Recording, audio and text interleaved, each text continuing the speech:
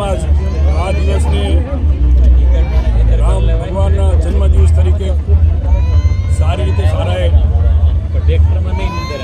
ગુજરાત તો ખરું જ પણ સારાએ દેશની અંદર અને વિશ્વની અંદર પણ આજનો દિવસ ખૂબ ધામધૂમથી ઉજવે છે.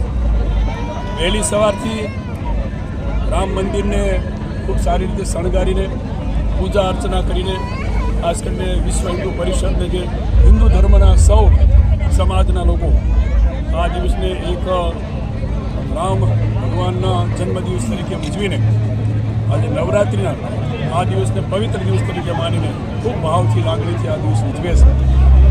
દરેક નગરોમાં શોભાયાત્રા નીકળે છે.